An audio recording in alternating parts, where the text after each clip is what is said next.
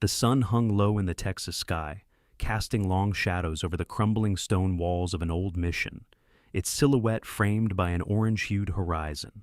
Inside the Alamo, the sound of hurried footsteps echoed through the empty courtyard, but the once bustling fort was now eerily quiet. Outside, the wind carried the faint murmur of an approaching storm, both literal and figurative.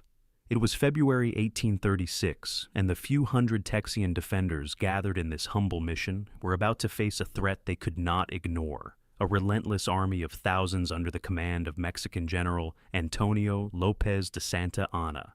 The battle at the Alamo is one of the most iconic moments in American history.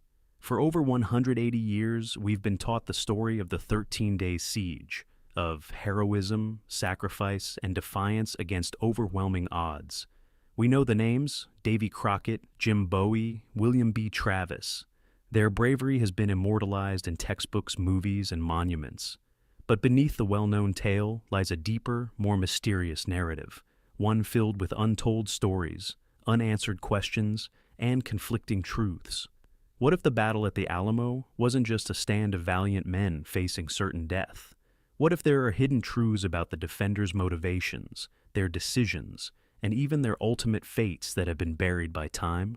The legends we know are only a fraction of the full story, and some of the most compelling aspects of the Alamo's history have been all but forgotten. Today, we'll peel back the layers of myth and uncover the untold stories of the Alamo. First, let's talk about Juan Seguin. His name often gets lost in the shadow of more famous figures. While Travis, Bowie, and Crockett are forever remembered as the men who died at the Alamo, Seguin's role in the battle is one of the great untold tales. He was a Tejano, a Texan of Mexican descent, who had been with the defenders at the Alamo, but he was never there for the final fight. Why?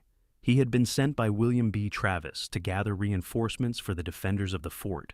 Seguin's mission was urgent: to rally support from nearby Texian settlements and deliver crucial supplies to the besieged Alamo.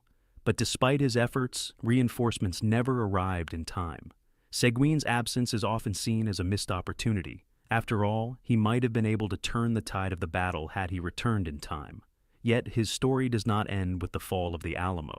Seguin became a key figure in the Texas Revolution, and his actions, including his leadership at the Battle of San Jacinto, were instrumental in securing Texas's independence. His legacy, however, has often been overshadowed by the more famous deaths that occurred within the Alamo's walls. But Seguin wasn't the only unsung hero. History often forgets that women played vital roles during the siege, too.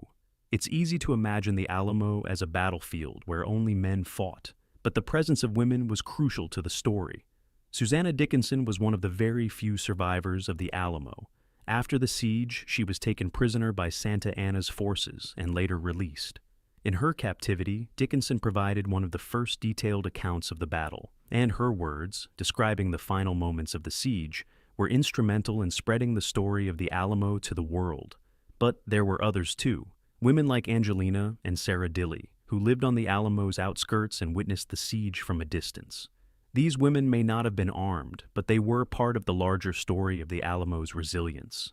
Their voices are often overlooked, but their presence reminds us that the battle was more than just a clash of soldiers. It was a human struggle, fought not only by the men with weapons, but by those who loved and supported them.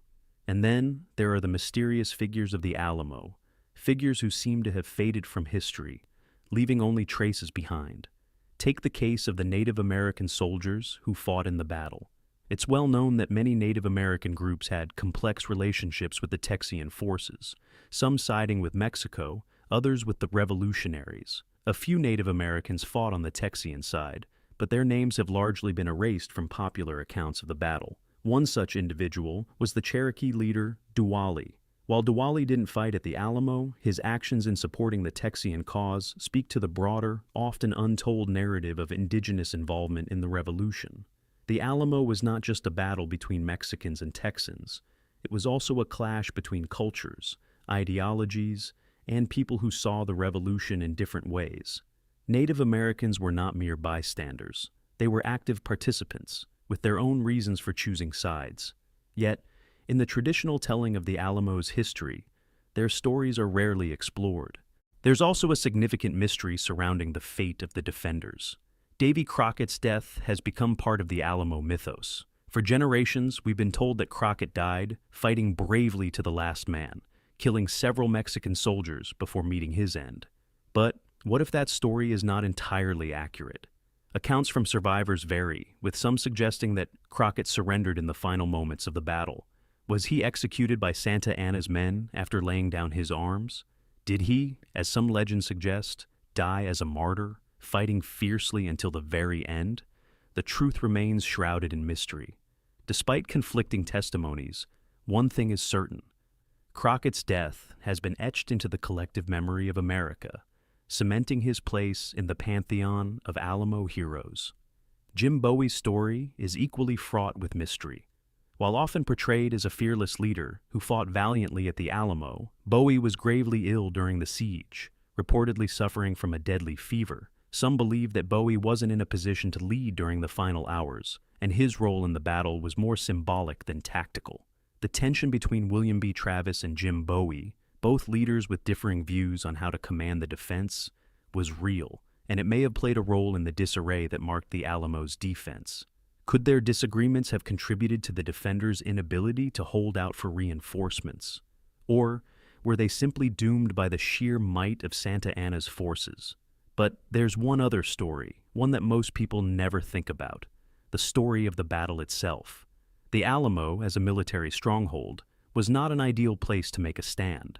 The fort was poorly fortified, the walls were low, and the defenders were outnumbered by a staggering 10-1. Why did the Texians choose this position? Some historians argue that the decision to make a stand at the Alamo was driven more by symbolism than strategy. The defenders were not just fighting for survival, they were fighting for something larger, an ideal of freedom and independence that would galvanize future generations. In a sense, the Alamo was a place where the Texian spirit of resistance was tested, even if the outcome was inevitable. After the battle, the phrase, "Remember the Alamo," became a rallying cry for Texian forces. It spurred them on to ultimate victory at the Battle of San Jacinto, where Santa Anna was defeated, and Texas won its independence. But even in victory, the mysteries of the Alamo persisted. What if the outcome of the revolution had hinged on more than just the death of the defenders? What if the fall of the Alamo was the spark for something greater, something inevitable, like the march of history itself? The Alamo's legacy is one of sacrifice, yes, but it is also one of mystery. For every legend we know, there are dozens of untold stories. The questions remain. What was the true role of Juan Seguin in the Texas Revolution? What really happened to Davy Crockett in those final moments?